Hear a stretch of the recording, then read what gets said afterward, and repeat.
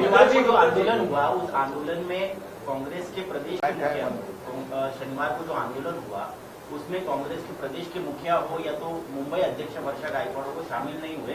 अब सत्ताधारी कह रहे हैं कि कांग्रेस दिल से नहीं चाहता कि मन से आपके साथ और एमबीए में आए। इसलिए मैं फिर से आशीष शेलार का अभिनंदन करना चाहता हूं, क्योंकि एक तो कोई हिम्मत वाला है जो अपने नेतृत्व के खिलाफ बातें कर रहा है, तो उन्होंने अपने अंदरूनी जो बात है उसके ऊपर ध्यान देना चाहिए कि ऐसे लोग ज्यादा देर तक आप उनको दबा नहीं सकते। एक परिसीमा होती है, अन्याय की भी परिसीमा होती है। तो शायद शेलार जी के ऊपर बहुत सारा अन्याय हुआ है, इसलिए वो बोल रहे हैं। और उन्होंने देवेंद्र जी को ही पप्पू कह रहा है, तो उसके लिए उनको मैं धन्यवाद देता हूँ। तो आप पूरे महाराष्ट्र में पप्पू कौन है वो आशीष शेलार ने बताया। एक मराठी प्रश्न की 12 तारखेला पुन्हा सुप्रीम कोर्टात चिन्ह आणि पक्ष कोणाचं याबद्दल सुनावणी आहे। त्याआधी राज्यातले भाजपचे चंद्रकांत पाटील पण एक गोष्ट आणखीन एकच सेकंद नाही एक मला पूर्ण करू द्या की मला एक गोष्ट कळत नाही की आम्ही जे म्हणतोय की निवडणूक आयोग हा भाजपचा नोकर आहे, कारण आम्ही निवडणूक आयोगाला जे प्रश्न विचारतोय त्याचं उत्तर त्यांचे मालक का देत आहेत? त्यावर त्यांनी स्पष्टता केली आहे। आशिष शेलार म्हणतात की मी निवडणूक प्रतिनिधी म्हणून नाही बोलत आहे, पण जे मुद्दे उपस्थित पण आम्ही त्यांना दिलेत ना, हे त्यांनी मग निवडणूक आयोगाने आम्हाला सांगायला पाहिजे। तुम्ही का बोलताय? म्हणजे जो आमची जी शंका आहे, संशय आहे की निवडणूक आयोगाचा सर्व्हर दुसरा कोणतरी हाताळतोय, त्याला हे पुष्टी देणार आहे।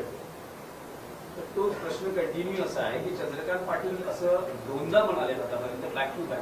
असं ट्रम्प किती वेळा म्हणालेत की मी भारत पाकचं युद्ध थांबवलंय? नाही, पण त्यांचं आताचं जे विधान आहे त्यावर त्यांचं असं म्हणणं आहे की काँग्रेस पक्ष हा गांधी कुटुंबाचा आहे, शरद पवारांचा राष्ट्रवादी काँग्रेस पक्ष आहे, शिवसेना ही बाळासाहेबांची आणि त्यानंतर उद्धव ठाकरेंची आहे आणि मनसे हा राज ठाकरेंचा आहे। त्याबद्दल तुम्ही चंद्रकांत पाटलांचे आभार मानावे।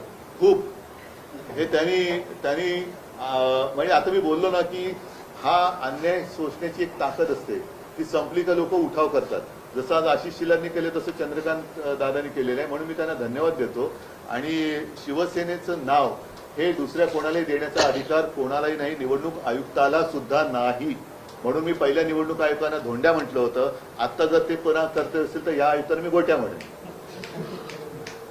चलिए, राज्य में दो बड़ा मुद्दा है इस वक्त, किसानों का और वोट चोरी का। और इस बीच में महाराष्ट्र सरकार ने राष्ट्रगीत के 150 वर्ष पूरे होने पर जो है तमाम स्कूलों में राष्ट्रगीत जो वंदे मातरम है वो उसकी प्रदर्शनी लगवाई है। और क्या ये तमाम मैं तो पहले दो मुद्दे पर बात करना चाहता हूँ। एक मुद्दे ये क्या करते हैं कि अगर कुछ बातें उनके गले तक आती है तो वो गुमराह करते, फिर देशभक्ति आती है। ये देश के आजादी का जो संग्राम हुआ था उसमें ये कोई नहीं थी। इसलिए मैंने परसों के मेरे भाषण में कहा था कि ये स्वयं घोषित देशभक्त हैं जो झूठे, ये स्वयं घोषित देशभक्तांची बोगस स्टोरी आहे ही।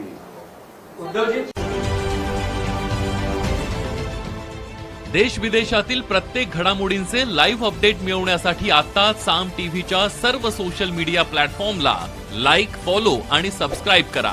तसंच सर्व नोटिफिकेशनसाठी बेल आयकॉन प्रेस करायला विसरू नका।